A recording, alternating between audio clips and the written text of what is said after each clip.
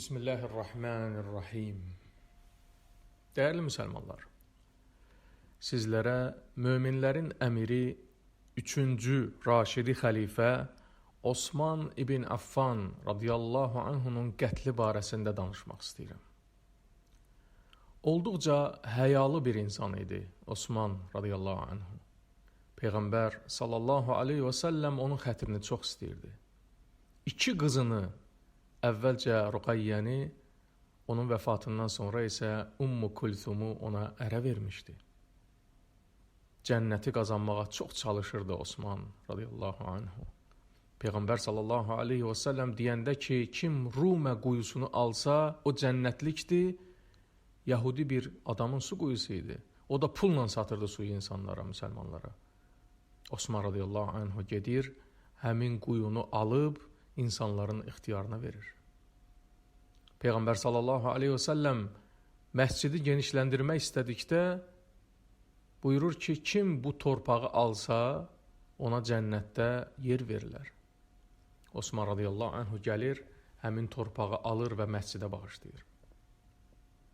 Peyğəmbər sallallahu aleyhi və səlləm ordu hazırlayarkən deyir ki, kim Usra ordusunun maliyyə xərclərini öz üzərinə götürsə, cənnətlikdir. Osman radiyallahu anhu hər kəsdən öncə gedir və bütün mal dövlətini həmin ordunun hazırlanmasına sərf edir. Silah, sursat, zireh, minik, tədarük, hər şeyini alıb verir əskərlərin. Peyğəmbər sallallahu aleyhi və səlləm də onun barəsində məşhur sözünü deyir ki, Mə darra Uthmənə mə fəalə bə'dəl yevm. Osman bundan sonra nə edir etsin, bunun ona zərəri olmayacaq. Belə bir böyük şəxsiyyət ömrünün sonunda dəhşətli bir imtahanla üzləşir və qətlə yetirilir. Ümumiyyətlə, Ömər, Osman və Əli radiyallahu anhumun hər üçü qətlə yetirilib, şəhidlik məqamına yüksəlmişdilər. Ömərlə Əli radiyallahu anhuma namaz qılarkən vurulmuşdular. Osman radiyallahu anhu isə evində Quran oxuyarkən. Tarix ağıllı insanlar üçün bir məktəbdir. Tarixi yaxşı bilməyənlər əsla müasir məsələlərə doğru qiymət verə bilməz, gələcək üçün doğru plan hazırlaya bilməz. Osmanın qətli İslam ümmətinin üzləşdiyi ən böyük müsibətlərdən biridir. Onun qətli İslam tarixində elə bir fitnələrə səbəb oldu ki, bu günədək həmin fitnələr davam etməkdədir. Osman radiyallahu anhunun özü də bilirdi ki, onu öldürəcəklər. Allah Rəsulu sallallahu aleyhi və səlləm özü bu barədə ona və başqalarına xəbər vermişdi. Səhih hədisdə gəlir ki, bir dəfə Peyğəmbər sallallahu aleyhi və səlləm Əbu Bakır, Ömər və Osmanla birlikdə Uhud dağının üzərində olarkən zəlzələ baş verir və yer titrəyir. Peyğəmbər sallallahu aleyhi və səlləm də ayağını yerə vuraraq buyurur ki, sakit ol ey Uhud, sakit ol. Sənin üzərində bir Peyğəmbər, bir Siddiq və 2 şəhid var. Bu hadisə zamanı Peyğəmbər sallallahu aleyhi və səlləm Ömərlə Osman radiyallahu anhumanın hər ikisinin şəhid olacaqlarını xəbər vermişdi. Həmçinin Əbu Musa əl-Əşəri radiyallahu anhudan nəql olunan başqa bir səhih hədisdə gəlir ki, bir dəfə Peyğəmbər sallallahu aleyhi ve səlləm bir divarın arxasında, quyunun ətrafında əyləşmişdi. Əbu Bakır gəlir, Ömər gəlir radiyallahu anhuma, onları cənnətlə müjdələyir. Osman gələndə Əbu Musa əl-Əşəri radiyallahu anhuya deyir ki, get onu cənnətlə müjdələ və ona xəbər ver ki, başına böyük bir imtihan gələcək. Ona görə də Osman radiyallahu anhu bilirdi ki, belə bir müsibət onun başına gələcək. Görürdü ki, Mədinəyə kənardan fitnəkarlar gəlib. İstəmirdi ki, sahabələr də bu fitnəyə qarışsın, onlar da zərər görsün. Allahın qədəri ilə razılaşmışdı radiyallahu anhu. İlk fitnəkarlardan biri Yahudi əsilli Abdullah ibn Səba adlı birisi idi. Yəməndə, Sanada yaşayan yahudilərdən idi. Yalandan özünü müsəlman kimi göstərib müsəlman cildinə girir və Mədinəyə gəlir və insanları Osman radiyallahu anhuya qarşı qızışdırmağa başlayır. Görür Mədinədə alınmır fitnə yaymaq, Mədinədən çıxıb gedir Misirə və İraqa. Orada insanların arasında dedikodu yayır, insanlar arasında fitnə fəsad yaymağa başlayır. Osman radiyallahu anhunun üstünə böhtanlar atır ki, o belə eləyib, Quranı yandırıb, Ammar bin Yasirin güya ölümünə bais olub, öz qohumlarını vəzifəyə gətirib, deyir ki, insanlara nə vaxta qədər Qureyşlilər sizə başçılıq edəcək. Onun iddialarının bəzisi böhtan idi, bəziləri isə doğru idi. Lakin həqiqətlər təhrif olunmuş şəkildə insanlar arasında yayılırdı. Misal üçün, yayırdılar ki, fitnəkarlar, bilirsiniz, Osman Bədir döyüşündə iştirak eləməyib. Doğrudan da Osman radiyallahu anh Bədir döyüşündə iştirak etməmişdi. Lakin səbəbi nə idi? Peyğəmbər sallallahu aleyhi və səlləmin qızı Ruqayyə xəstələnmişdi və Peyğəmbər sallallahu aleyhi və səlləm özü Osmana demişdi ki, sən getmə, qal Ruqayyə ilə ilgilən. Deyirlər ki, bilirsiniz, Osman Ridvan beyyətində iştirak eləməyib. Doğrudan da iştirak etməmişdi. Amma niyə? Çünki Peyğəmbər sallallahu aleyhi ve sellem onu Qureyşlilərlə danışıqlar aparmağa elçi kimi göndərmişdi. Sonra da Peyğəmbər sallallahu aleyhi ve sellem öz əlini qaldırıb demişdi ki, bu da Osmanın beyyətidir. Osmanın əvəzinə beyyətdir. Bunları demirdilər. Mədinədə bu cür batil fikirləri yaya bilmirdilər bunlar. Çünki orada sahabələr çox idi. Elm olan yerdə fitnə fəsad yayıla bilmir. Fitnə harda yayılır? Cahillik olan yerdə. Ona görə də İraqda və Misirdə bu fikirləri yayırlar insanlar arasında. Beləcə kənarda yaşayan insanlarda Osmana qarşı mənfi fikir formalaşdırmağa çalışırlar. Əsasən Küfə, Bəsrə və Misirdə öz istəklərinə nail olurlar bunlar. Həmçinin Osmanın adından yalançı bir məktub yazırlar Misirin valisinə ki, bu məktubu oxuduqdan sonra filan kəsləri öldür.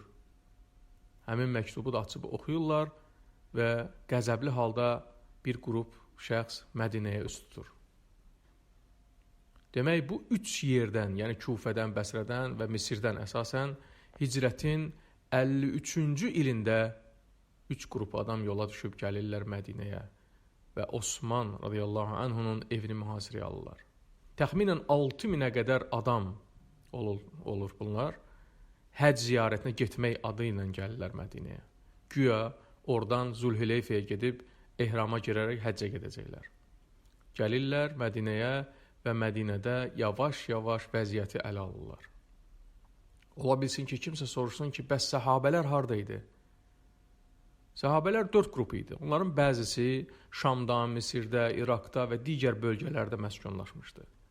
Bir qismi cihadda idi, fəthlərdə iştirak edirdi. Bilirsiniz, Osman radiyallahu anhun vaxtında artıq İslam coğrafiyası genişlənmişdi. Fars və Rum imperatorluqları dağılmışdı. Bir qism sahabələr həcc ziyarətində idilər. Çünki Zilhiccə ayı idi, insanlar ziyarət üçün Məkkəyə yola düşmüşdülər. Bəzi sahabələr də Mədinədə qalmışdı. Lakin onların sayı gələn qrupların sayından olduqca az idi. İslam düşmənləri də bu vaxt müsəlmanlara daxildən zərbə indirmək qərarına gəlirlər. Gəlib, Osman radiyallahu anhunun evini mühasirəyə alırlar. Ondan tələb edirlər ki, Osman hakimiyyəti təhvil versin. Bəzi sahabələr həmin vaxt gəlib Osman radiyallahu anhunun evini müdafiə edirlər. Osmanın evini Həsən, Hüseyin, Abdullah bin Zübeyir, Muhammed bin Talhə bin Ubeydullah, Əbu Hüreyrə, Marwan bin Həkəm kimi sahabələr də müdafiə edirlər. Həmçinin Zeyd ibn Thəbit radiyallahu anhu Osmanın yanına gəlir və deyir ki, ey möminlərin əmiri, 700 nəfər ənsar səni müdafiə etməyə hazırdır. Osman radiyallahu anhu isə buna razı olmur. Əmr edir ki, mənə itaət edən hər kəs dərhal öz evinə dönsün. İstəmir ki, müsəlmanların qanı tökülsün paytaxtda. Deyir, onlar məni istəyirlər, mən də onların dediklərini itaət etməyəcəm. Məsləhətləşir Abdullah bin Sələm və Abdullah bin Ömər radiyallahu anhuma ilə və belə qərara gəlir ki, bu adamlara güzəşt edilməsin. Ölümündən öncə gecə yuxuda Peyğəmbər sallallahu aleyhi və səlləmi görür. Peyğəmbər sallallahu aleyhi ve sellem ona buyurur ki, ey Osman, iftarı bizimlə açacaqsan. Osman da qalxıb həmin günü oruç tutur. Mühasirə güclənir və həmin adamlar divara aşıb Osmanın evinə daxil olurlar. Və 82 yaşlı xəlifəni oruclu halda, Quran oxuduğu vəziyyətdə vəhşicəsinə qətlə yetirirlər.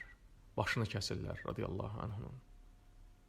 Osmanın zövcəsi Nailə radiyallahu anhə onu müdafiə etmək istəyir, onun da qolunu kəsirlər, qətlə yetirirlər. Rəvayətlərdə gəlir ki, Osman radiyallahu anhunun qanı Quran-ı Kərimin fəsəyəkfikəhumullah, onlardan qorunmaq üçün Allah sənə yetər ayəsinin üzərinə düşür. Demək, səhabələrin müdafiə etməmələrinin səbəbi o idi ki, Osman özü bunu əmr etmişdi ki, hamı çıxıb geçsin evinə.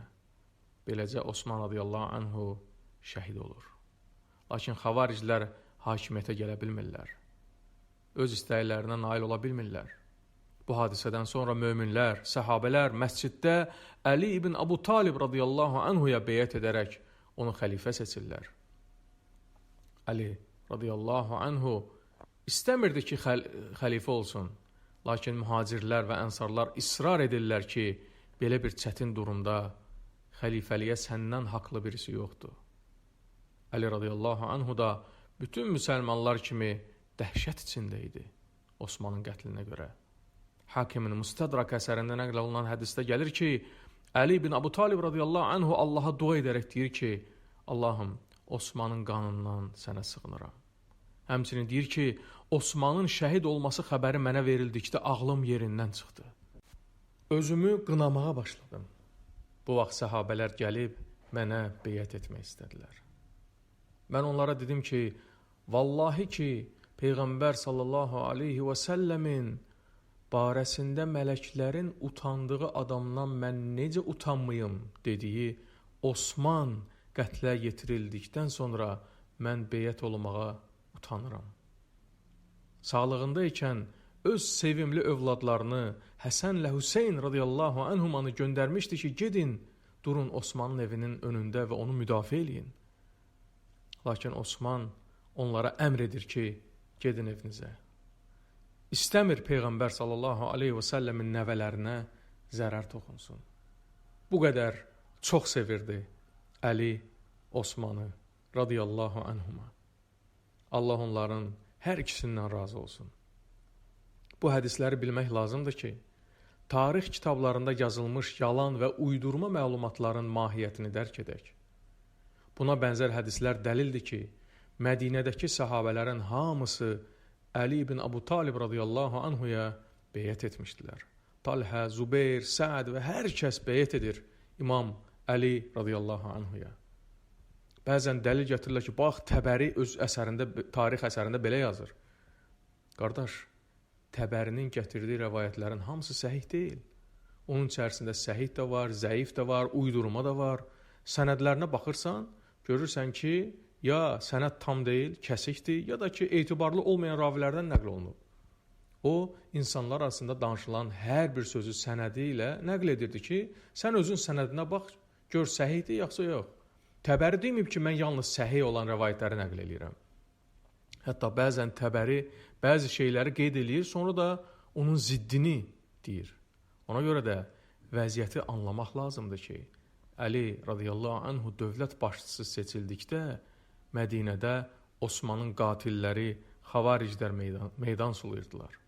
Həmin vaxt vəziyyət tam kontrolə alınmadan onlardan qisas alına bilməzdi. Abdullah ibn Səbanın fitnəkarları Mədinədə idilər və sayları da çox idi. Bir müddət sonra isə Əli radiyallahu anhu xavariclərə qarşı cihad elan edir və onların mütləq əksəriyyətini məhv edir. Radiyallahu anhu və ardah. Uca Allahdan diləyirəm ki, bizləri fitnə fəsaddan, fitnə əhlindən qorusun və bizləri Əbu Bakır, Ömər, Osman, Əli, Həsən və Hüseyn radiyallahu anhumla birlikdə həşr etsin. Amin. Vəlhamdülillahi Rabbil aləmin.